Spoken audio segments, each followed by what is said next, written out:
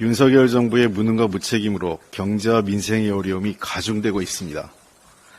그럼에도 잘못된 정책 기조를 고집하는 태도가 매우 걱정됩니다. 긴축은 목표가 된 것이 아니고 수단이고요. 재정 건전성은 목표가 아니라 정책의 결과로서 나타나는 겁니다. 그런데 잘못된 목표로 긴축과 재정 건전성을 금과옥저처럼 고집하면서 그로 인해 경제 성장률도 낮아지고 민생 파탄 그리고 국민들이 피해를 보고 있습니다. 더 심각한 것은 우리의 미래가 잠식당하고 있다는 것입니다. 정부가 올 3월까지 거둔 국세가 84조 9천억 원입니다. 이는 역대급 세수 결손을 기록한 지난해 같은 기간보다 2조 2천억 원이 부족한 것으로 올해는 더 큰 세수 부족과 재정 참사가 일어날 것이라는 우려가 제기되고 있습니다. 3월까지의 세수 진도율이 23.1%로 작년은 물론 최근 5년간의 평균에도 2%포인트 이상 미치지 못하고 있는 겁니다. 법인세가 5조 5천억 줄었는데 코스피 코스닥 상장사의 영업이익이 대폭 감소하고 있고 적자 기업도 증가함에 따라 법인세 결손 규모는 더욱 커질 것으로 예측되고 있습니다. 상저하고만 주술처럼 반복하면서 희망회로만 돌린 경제당국마저 지난해 하반기 경제가 회복하는 상저하고를 전망했지만 결과적으로 하반기 경기가 좋지 않았다 하고 자신들의 예측 실패를 인정하고 있습니다. 경기 상황 판단과 정책 수립의 근거가 되는 주택 통계에도 누락이 있었던 것으로 밝혀졌습니다. 정부는 잘못된 통계를 기반으로 두 차례 중요한 부동산 대책을 발표하는 등 엉터리 정책을 수립하고 실행한 것입니다. 무엇보다 잘못된 통계에 따른 주택시장 교란으로 국민 피해가 컸습니다. 부동산 시장에 실제보다 공급이 부족하다는 신호를 줬기 때문에 전셋값 상승을 부추기는 부작용을 야기시켰을 가능성이 매우 높습니다.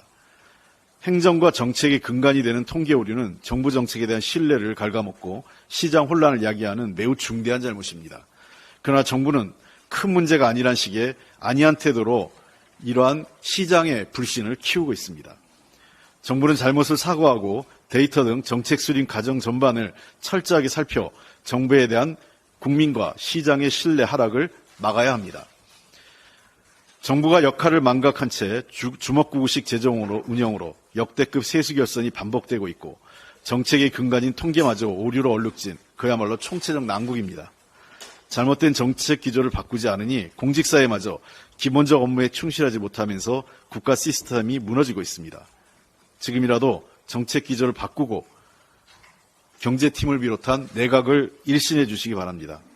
이러한 심기일전과 큰 쇄신이 따르지 않는다면 국민적 재앙 그리고 국가적 불행이 더 커질 것으로 생각됩니다. 대통령의 큰 각성과 정책 기조 전환을 다시 한번 촉구드립니다. 어제 여야가 이태원 참사 특별법의 합의에 오늘 본회의에서 처리할 것입니다. 오전 중에 행안위와 법사위에서 이 법안이 처리가 됩니다.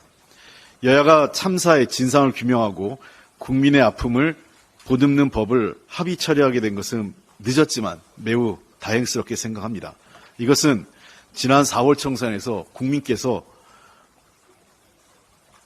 여야가 힘을 합쳐서 진실을 밝히고 그다음에 사회적 참사에 힘을 모으라는 뜻을 모아주셨기 때문에 가능했습니다.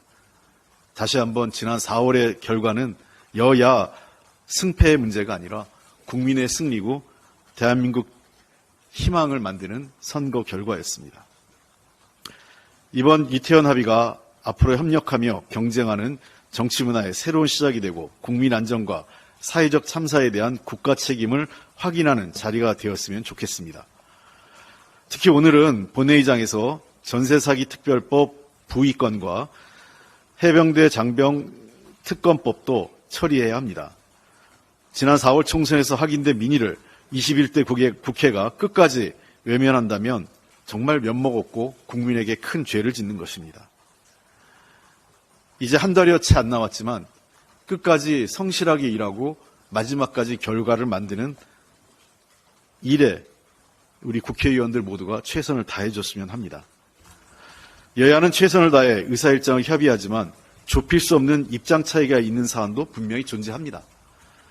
의장께서 이에 대한 합의를 요구하시는 것은 일정 부분 이해하지만 합의가 정 이루어지기 어렵다면 일정 정도 시기가 흘렀으면 결심하고 결론을 내는 것이 정치입니다. 결론을 내리지 못하는 정치는 정치가 아닙니다. 국민적 요구인 해병대 장병 특검법에 대해 여당은 정쟁법으로 규정하면서 무조건 반대하고 있어 합의의 여지가 없습니다. 그럼에도 이를 계속 합의하라는 것은 사실상 쉽지 않은 일에 의장께서 너무 많은 이 에너지를 소비하도록 하는 것입니다. 도리어 해병대 장병 특검법이 오늘 본회의에서 처리된다면 앞으로 남은 기간 동안 도리어 민생 법안에 대한 여야 합의가 더 원만하게 이루어질 것으로 저는 판단하고 있습니다. 여야가 합의된 것은 합의된 대로, 합의가 어려운 사안에 대해서는 국회법이 정하는 절차에 따라 처리할 수 있도록 하는 것이 의장님의 역할이고 그게 국회법에 따른 일 처리 방식입니다. 정쟁하고 대화하고 협의하고 때로는 합의하고 그런 모든 것을 거쳐서 일정 기간 내에 결과를 만드는 정치가 자리 잡았으면 좋겠습니다. 오늘은 제가 원내대표로서 참석하는 공식 회의는 내일까지 있습니다만 제가 주재하는 회의는 오늘이 마지막인 것 같습니다. 지난 7개월 좀 넘는 기간 동안 제 옆에 계신 박주민 수석부대표와 유동수 수석부대표를 비롯해서 많은 원내대표단께서 정말 함께해 주셔서 그래도 제가 일을 할 수 있었고 조그마나마 성과를 만들 수 있었다고 생각합니다. 제 옆에 계신 진성준 의장님과 민병도 의원님은 앞으로 좀 더 많은 일을 해주시고 국민과 우리 당을 위해서 봉사해 주실 것을 부탁드립니다. 모든 일의 원칙과 기준이 되어주신 국민과 당원 여러분, 그리고 힘을 모아주신 이재명 당대표님과 당 지도부, 그리고 주요 당직자분들, 그리고 우리 당의 많은 당직자, 실무에서 일해주신 모든 분들께 다시 한번 감사드립니다. 아울러 제가 부족함이 불구하고 많은 내용들을 국민들께 전달하기 위해서 협조해 주신 언론인 여러분들께도 감사의 말씀을 드립니다. 부족함도 있었고 아쉬움도 있었지만 나름대로 일정하게 해야 될 일은 대개 마무리하고 가는 것 같습니다.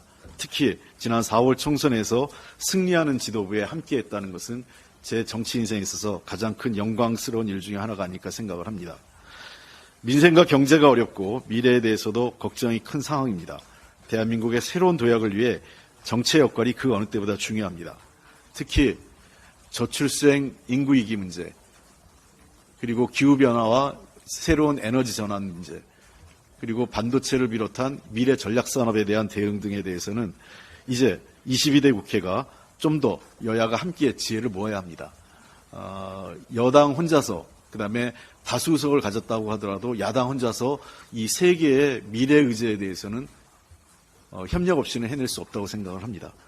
싸울 분야는 싸우고 협력할 분야는 협력하는 것이 정치의 본령이라고 생각합니다. 22대 국회에서 보다 생산적인 정치, 그리고 국민에게 희망을 드리는 정치가 되었으면 좋겠습니다.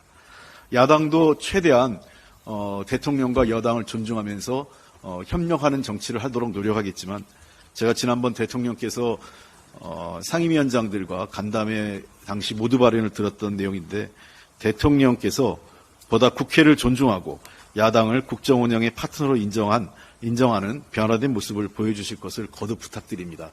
최근의 영수회담은 그러한 변화의 시작이라고 생각을 합니다. 그러한 변화의 시작이 단발성으로 그치지 않고 지속적이고 반복적이고, 그리고 더 이상 야당 대표와의 만남이 큰 기사가 되지 않는 그러한 정치가 됐으면 좋겠습니다. 원내대표로 일하는 동안 부족함도 많았습니다. 국민과 언론인 여러분들께서 너그럽게 이해해 주시기 바랍니다. 이제 저도 자연인인 시민으로 돌아가서 제가 무엇을 할 것인지 고민하는 시간이 다가오는 것 같습니다. 다시 한번 감사의 말씀을 드립니다. 이상입니다.